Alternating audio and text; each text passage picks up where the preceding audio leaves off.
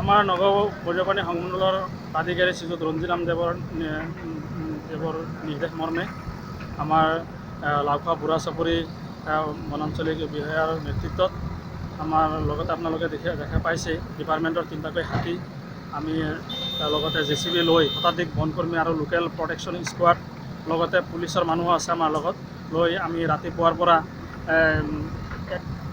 একমাহমান আগতে আমি যিবিলাক মহৰ খুঁটি গৰুৰ খুঁটি আছিলে সেইখিনি আমি ভাঙিছিলোঁ। আজি আৰু 2টামান ৰৈ গৈছিলে 2টা মহৰ খুঁটি আৰু আমাৰ ইয়াত দাঁতিকাষৰীয়া মানুহে যিবিলাক আমাৰ চেঞ্চুৰী মাটিত অবৈধভাৱে ফিচাৰী বনাইছিলে সেইবিলাক আমি আজি এইবিলাক মানে ভাঙি আছোঁ। ফিচাৰী পাৰবিলাক আমি উচ্ছেদ কৰি আছোঁ ৰাতিপুৱাৰ পৰা। যিমানখিনি সময় লাগে আমি সন্ধিয়ালৈকে আমি আজি কৰি যাম।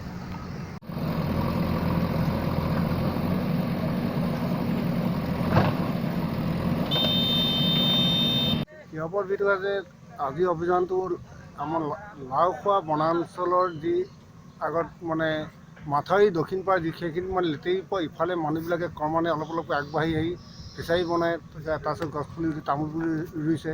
গতিকে তেওঁলোকে এনক্ৰচাৰ হিচাপত লাহে ক্ৰমান্বয়ে আগুৱাই অহাত ওপৰমহলৰ নিৰ্দেশ মৰ্মে আজি 2খন JCB 3টা হাতী লৈ এইখিনি উচ্ছেদ অভিযান কৰিছে আৰু যিবিলাক মাথাইগাঁৱত ফিচাৰী বনাইছে তেওঁলোকে আলি দি মানে ফিচাৰী চিষ্টেম কৰিছে সেইকাৰণে তেওঁলোকে আজি উচ্ছেদ কৰা হৈছে।